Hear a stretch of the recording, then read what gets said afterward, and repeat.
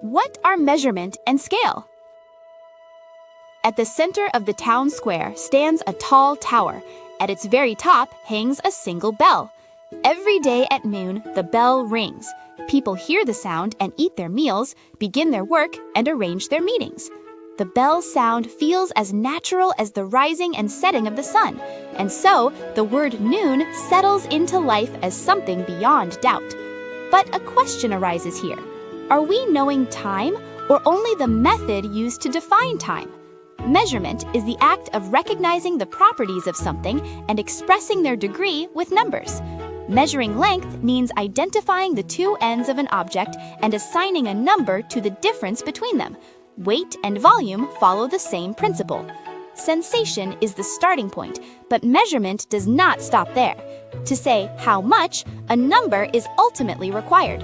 A scale is the standard used to compare how much. For length, it may be the marks on a ruler. For weight, a set of weights on a scale. For time, a clock. The problem is that scales usually begin with what can be easily held, what is familiar, and what is easy to obtain. As a result, a scale can end up justifying itself. Even when a standard exists, what that standard ultimately rests on can become unclear. Let us return to the town mentioned earlier. One day, a boy became curious. How does the bell ring at noon every day without error?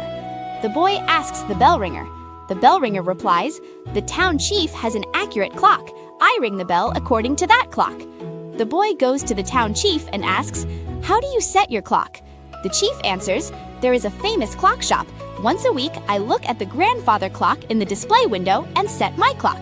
The boy then asks the clock shop owner, "How do you set your grandfather clock?" The owner answers as if it is obvious, "I set it by listening to the town bell." Is anything strange in this story? Measures for telling time clearly exist. There are bells and there are clocks. Yet in this arrangement, there is no standard that fixes time precisely. People often justify a measure by appealing to a standard and then support that standard by bringing in another measure. In some cosmologies, an elephant holds up the earth, a turtle holds up the elephant, and another turtle supports that turtle. When asked what lies beneath, the answer descends endlessly downward. The town's time works much the same way. The bell looks to the mayor's watch to the clockmaker's grandfather clock, and that clock back to the bell. Each supports the other, yet no external standard holds the time in place. In this sense, a measure may appear arbitrary. This does not mean the measure itself is useless.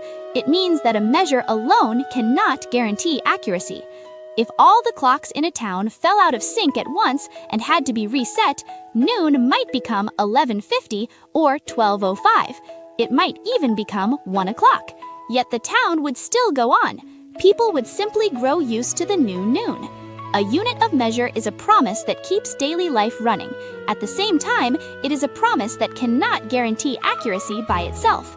For this reason, science and industry chose another path.